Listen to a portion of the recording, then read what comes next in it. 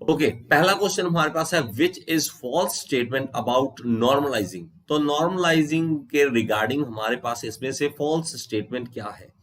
Refine grain structure, reduce segregation in casting, improve mechanical properties या induce stresses.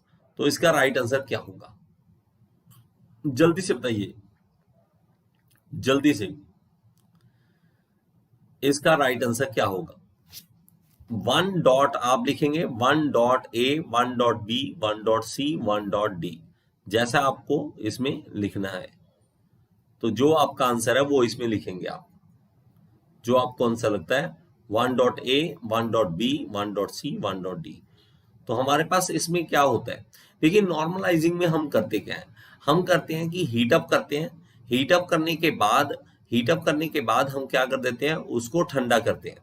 उसको ठंडा करते हैं, लेकिन हमारे पास क्या है कि इसमें ठंडा करने की प्रोसेस अलग अलग होती है। अगर तो नॉर्मल एयर में, आम हवा में हम इसको ठंडा करते हैं तो उसको नॉर्मलाइजिंग कहते हैं। अगर हम उसको फर्नेस के अंदर ही ठंडा कर लेते हैं तो उसको हम एनीलिंग बोलते हैं। और अगर हम उसको किसी ऑयल में डाल देते हैं तो उसको हम क्वेंचिंग बोलते हैं। तो इसका राइट आंसर हमारे पास है इंड्यूस स्ट्रेसेस। तो स्ट्रेसेस इंड्यूस नहीं होती है इसमें, ये फॉल्स स्टेटमेंट है नॉर्मलाइजिंग के रिगार्डिंग। नेक्स्ट देखते हैं। नेक्स्ट देखिए, dash boiler is capable of generating a small quantity of steam for unit time at high pressure.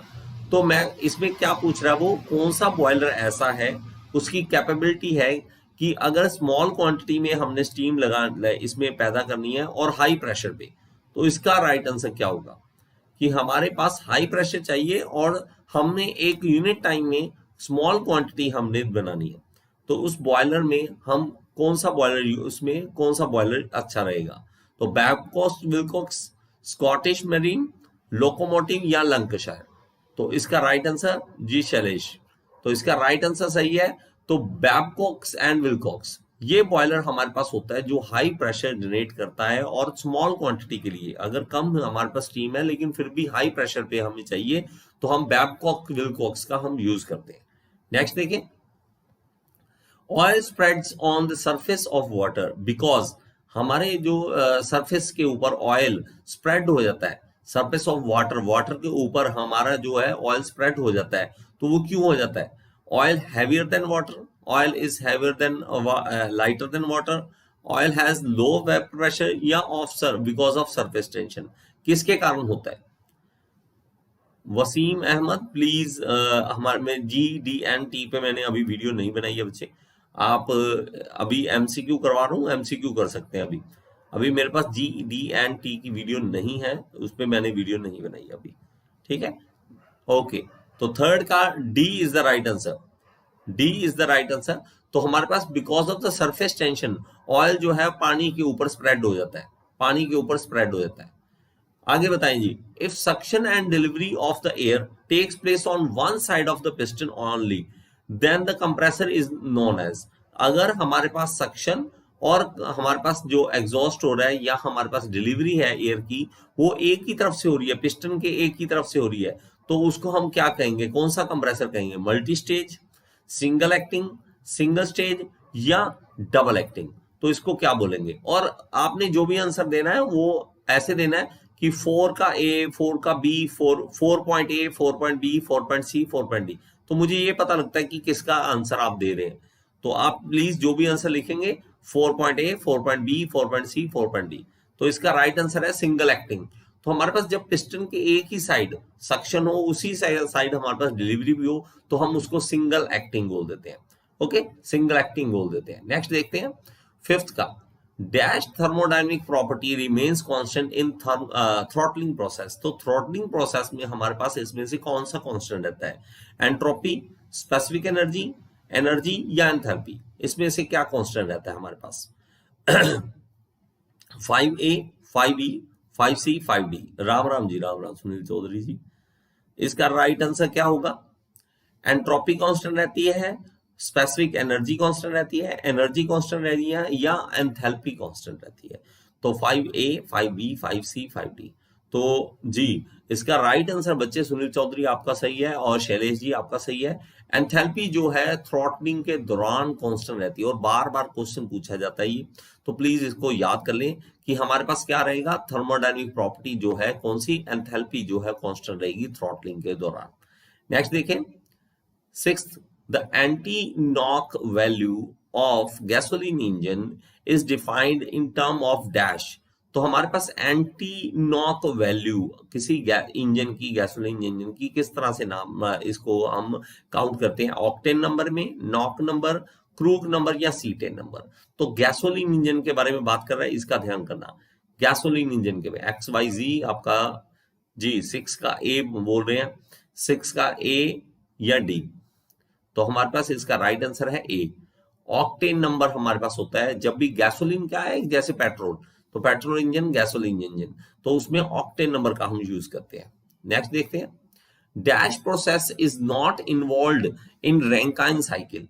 तो हमारे पास इसमें से रैंकाइन साइकिल में कौन सी प्रोसेस नहीं होती है, नहीं होने वाला बता रहा है, isentropic, isentropic compression, constant volume heat addition, constant pressure heat addition या आइसेंट्रोपिक एक्सपेंशन।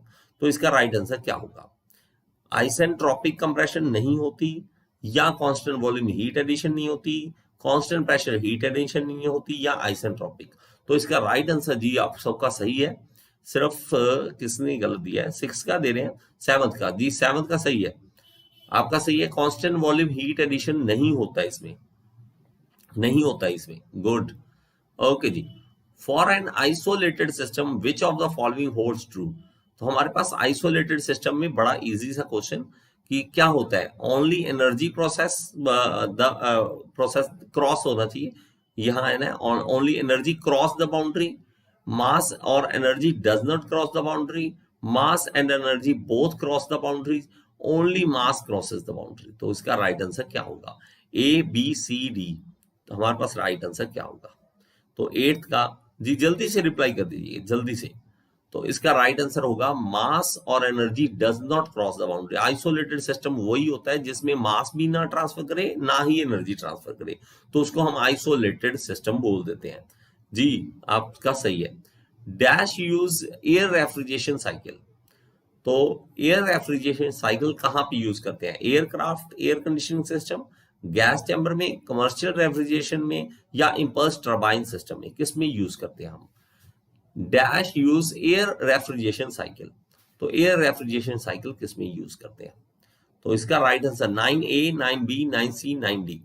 तो टाइम मत लगाया करो बच्चे, टाइम मत लगा, जैसे ही क्वेश्चन आता है जल्दी से रिप्लाई करने की कोशिश करें, जल्दी से जल्दी, जितना जल्दी हो सके जी। सुनील चौधरी आपका ठीक है, आपका ठीक है जी। इंपल्स टर्बाइन सिस्टम कहां से आ गया बच्चे, अभिनव पांडे, प्लीज आप एक बार आंसर देने से पहले थोड़ा सा पहले सोच लें।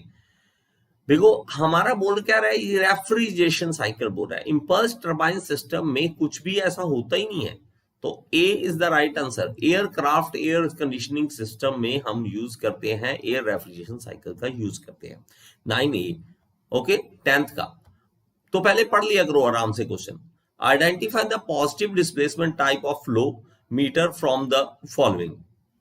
तो हमारे पास फ्लो मीटर है, लेकिन वो कौन सा है, पॉजिटिव डिस्प्लेसमेंट वाला है, तो उसमें से कौन सा होगा, constant area variable head, Oval gear type, constant head variable area वाला, या वेरिएबल एरिया वेरिएबल हेड। तो कौन से टाइप का होगा, तो हमारे पास positive displacement type of flow meter. तो पहले तो हमारे पास ये क्या है, फ्लो मीटर, लेकिन हमारे पास इसमें क्या बताना है, फ्लो मीटर बताना है, लेकिन पॉजिटिव डिस्प्लेसमेंट टाइप का। तो पॉजिटिव डिस्प्लेसमेंट टाइप का होता है वो बच्चे, ये याद कर लो, ये बहुत कम आपको मिलेगा ये क्वेश्चन, लेकिन ये बार बार रिपीट होता है एसएससी जेईई में। तो oval gear type, oval gear type जो होता है वो पॉजिटिव डिस्प्लेसमेंट टाइप होता है, oval gear type. Okay, B is the right answer बच्चे। नेक्स्ट देखिए 11th, ये बड़ा इजी सा क्वेश्चन, प्लीज इसको आपने सबने रिप्लाई करना है, सबका सही होना चाहिए, सबका सही होना चाहिए। और जो चुपचाप रिप्लाई नहीं कर रहे हैं प्लीज रिप्लाई करो, यहाँ हम अगर देखना आए हैं नॉलेज कितनी है, तो एक दूसरे से कंपटीशन भी है। Dash boiler has a unique characteristics of not having a steam separating drum. तो हमारे पास स्टीम सेपरेटिंग ड्रम ही नहीं है इसमें, बेंसन, लामोंट, वेलोक्स या लॉयफ्लर।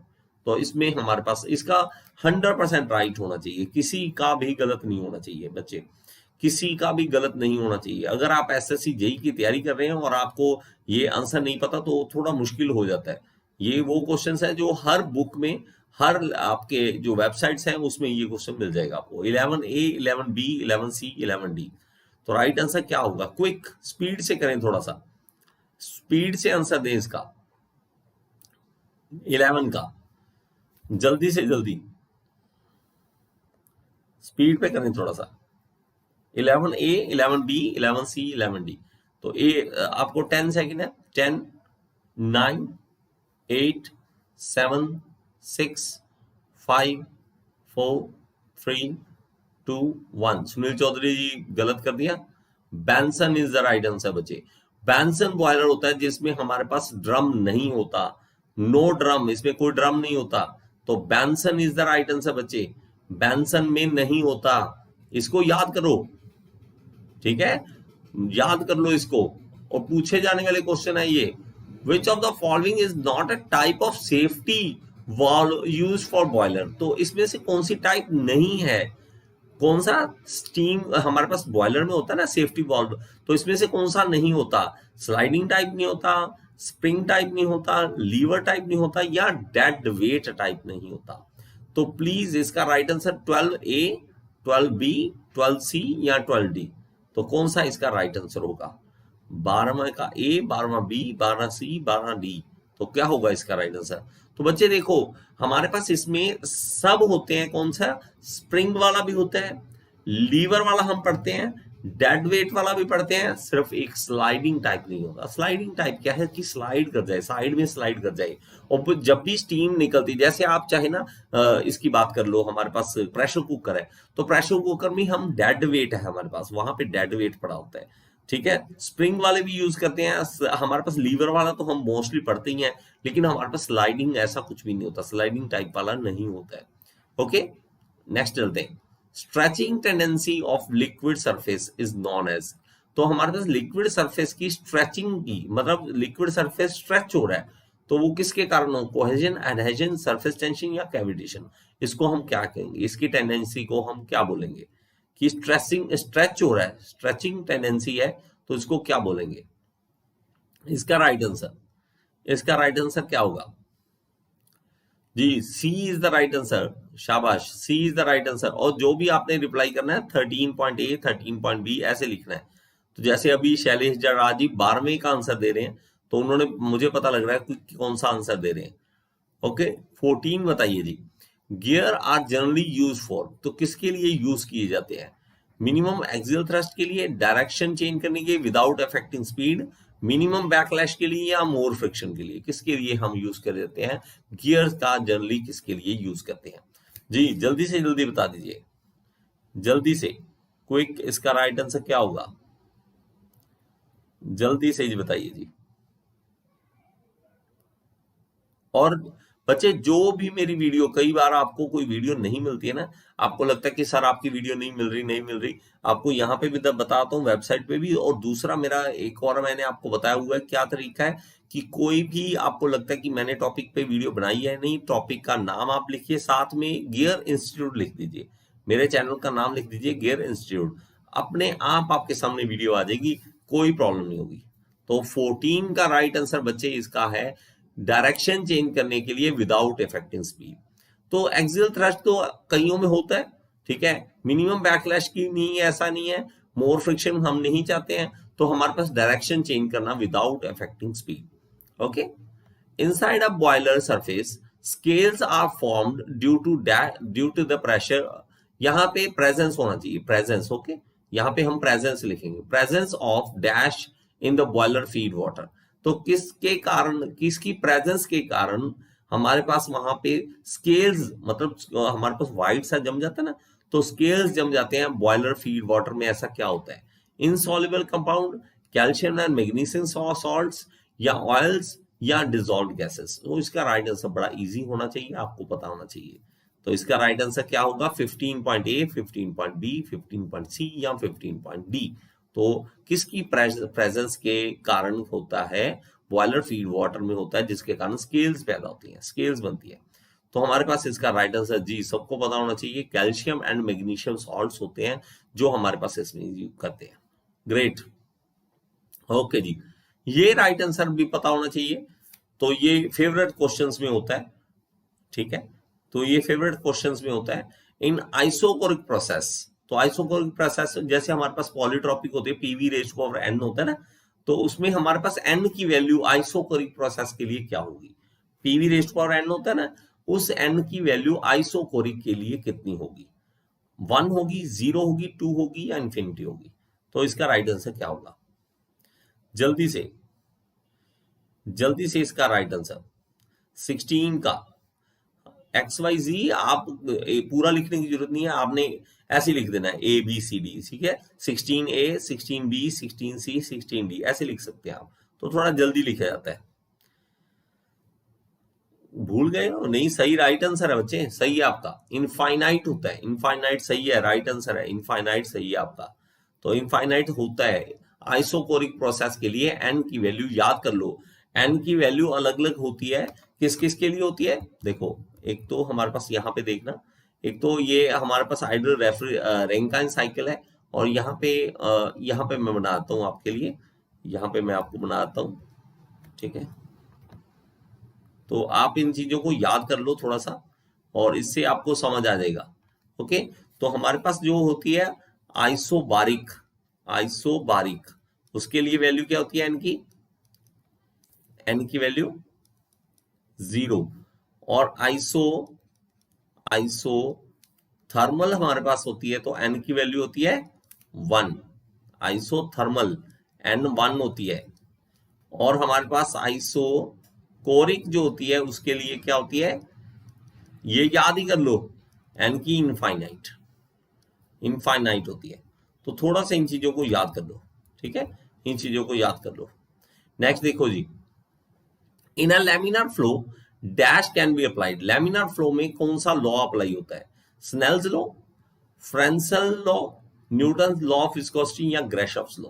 तो इसमें से कौन सा लॉ यूज होता है लैमिनार फ्लो के लिए, लैमिनार फ्लो के लिए कौन सा यूज होता है, तो इसका राइट आंसर बताइए। हाँ जी अनिल जोशी, मैं चैट पढ़ रहा हूँ साथ साथ बच्चे, मेरे पास साथ में मोबाइल रखा हुआ है, मोबाइल पे चैट आ रही है, ठीक है। अगर आपका कोई क्वेश्चन है तो 20 क्वेश्चन है, आपकी कोई क्वेरी है तो 20 क्वेश्चन के बाद हम डिस्कस कर लेंगे, 20 क्वेश्चन करने के बाद मैं आपसे बात कर सकता हूँ।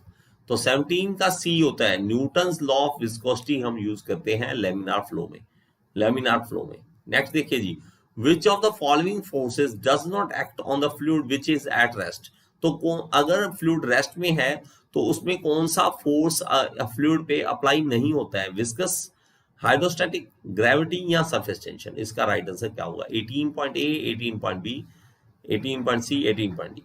तो लास्ट जो 17 का सबका राइट आंसर था ऑलमोस्ट।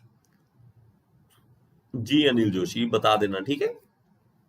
अभी 18 है, 19, 20 बस 2 ही क्वेश्चन रह गए हैं, उसके बाद आप कोई क्वेश्चन पूछना चाहते हो तो पूछ सकते हैं। ओके जी, बताइए जल्दी से बताइए इसका राइट आंसर क्या होगा 18 का।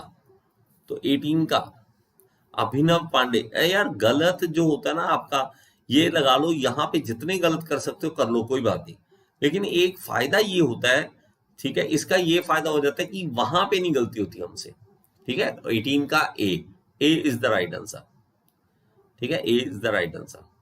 अब देखो अनिल ठाकुर जी डी बोल रहे हैं आप, water cooling system consist of a fan use to draw.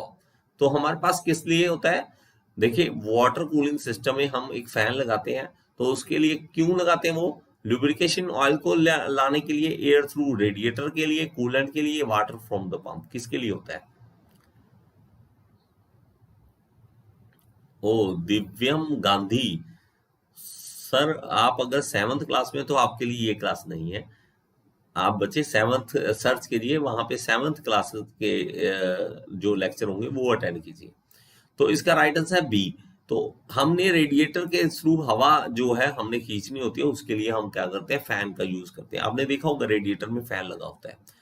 Last question है आज का, जल्दी से हमने क्विक 20 क्वेश्चन किए हैं, तो 20 क्वेश्चन के लिए मुझे लगता है 20 मिनट ही होने चाहिए। Which of the following devices is not used to measure flow rate for viscosity of the fluid?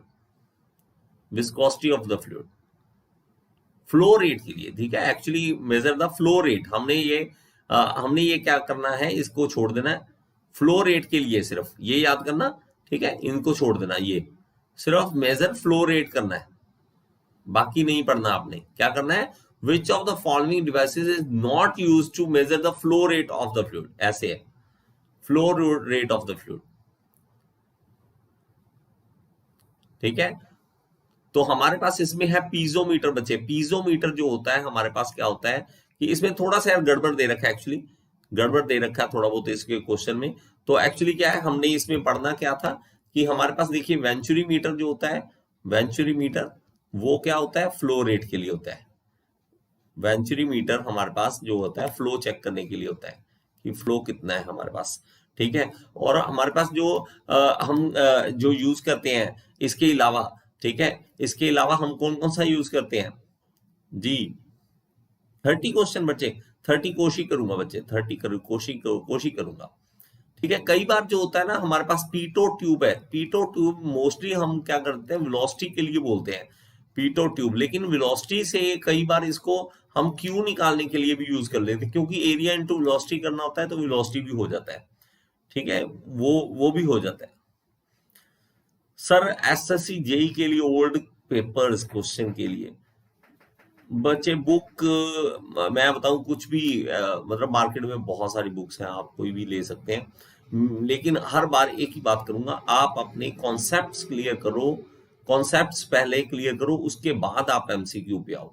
आप बहुत जल्दी जो होते हैं जल्दी से हम कोई और ऐसा अगर आप मान लोगे कि मुझे सब कुछ आता है, अगर आप मान लोगे कि मुझे सब कुछ आता है तो फिर आप पास नहीं हो सकते। पहले बताता हूँ, आपको बहुत सारे कॉन्सेप्ट्स क्लियर करने वाले हैं, बहुत ज्यादा क्वेश्चंस होते हैं, ठीक है। ओके जी बच्चे, ओके, किसी ने कोई क्वेश्चन पूछना है, कोई बात करनी है तो वो बता दीजिए, ठीक है। तो वो 20th क्वेश्चन ठीक करने वाला है, वो मैं आपके लिए लाऊंगा दोबारा, ठीक है, वो ठीक नहीं करा हुआ था। तो हमारे पास नहीं, लाइक वगैरह करने में जोर लगता है बेटा, काफी जोर लगता है, लाइक मत करें बच्चे, क्योंकि इसमें क्या पता है क्या जोर लगता है, काफी थंब का जोर लगता है, दिमाग का जोर लगता है, काफी देर लगती है लाइक कर बटन दबाने में।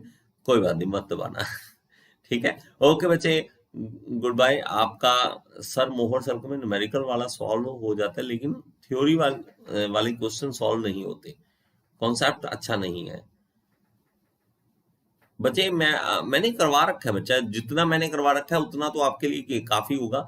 आप क्या करो, एक बार सर्च बॉक्स में लिखो मोहर सर्कल और साथ में लिख दो गियर इंस्टीट्यूट, उससे मेरी वीडियो आपके सामने आ जाएगी।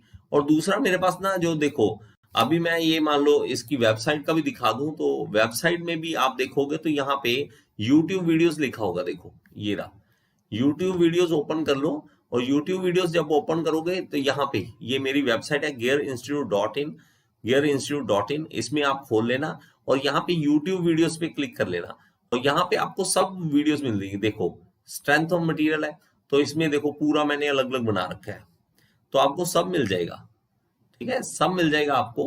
ये देखो strength of material, theory of machine, उसके बाद फ्लूइड मैकेनिक्स, ये सब वीडियोस मिल जाएंगे आपको, ठीक है। ओके जी, okay, thank you so much बच्चे। कल फिर मिलेंगे बच्चे दोबारा इसी time. Okay, love you everyone, bye.